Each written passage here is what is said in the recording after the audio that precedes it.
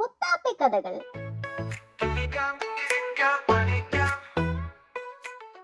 ഒരു ദിവസം മുറ്റത്ത് കളിച്ചു നിന്നിരുന്ന മുത്താപ്പി പെട്ടെന്നാണ് ശ്രദ്ധിച്ചത്.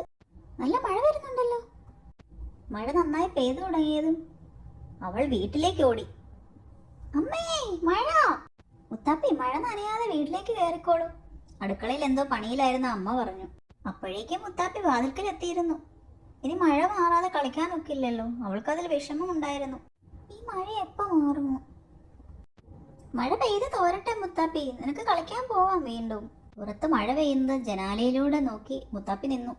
ഒടുവിൽ മഴ പെയ്ത് തോർന്നു. മേഘങ്ങൾക്കിടയിലൂടെ സൂര്യപ്രകാശം വീണ്ടും വന്നു. മുത്താപ്പി വീണ്ടും മുറ്റത്തേക്ക് ഇറങ്ങി. അപ്പോഴാണ് അവൾ ശ്രദ്ധിച്ചത്, ആകാശത്തതാ പല നിറങ്ങൾ. ഇത് മുൻപ് ഞാൻ കഥപുസ്തകത്തിൽ കണ്ടിട്ടുണ്ടല്ലോ. അവൾ ഓർത്തു. അമ്മേ, ഓടി വാ, ഇതാ എന്റെ ബുക്കിലെ മഴവില്ല് ആകാശത്ത്. മുത്താപ്പിയുടെ സന്തോഷത്തിന് അതിരില്ലായിരുന്നു. മഴവില്ല് വാങ്ങിയതും അവൾ കളിക്കുന്ന കാര്യമൊക്കെ മറന്നു. വീട്ടിൽ കയറി ബുക്കിൽ മഴവില്ലിന്റെ പടം വരയ്ക്കുകയാണ്. എല്ലാവരെയും കാണിക്കണം. പിന്നീട് അച്ഛൻ അവളോട് ചോദിച്ചു, നിനക്കറിയാമോ മുത്താപ്പി, മഴവില്ല് എങ്ങനെയാ ഉണ്ടാകുന്നതെന്ന്? അന്തരീക്ഷത്തിലെ മഴത്തുള്ളികളിലൂടെ സൂര്യപ്രകാശം ഒരു പ്രത്യേക രീതിയിൽ പതിക്കുമ്പോഴാണ് മഴവില്ലുണ്ടാകുന്നത്. താങ്ക് യു അച്ഛാ. മഴവില്ലിന് 7 നിറങ്ങളല്ലേ ഉള്ളത്? അതെനിക്കറിയാം. Violet, IndiGo, blue, green, yellow, orange and red.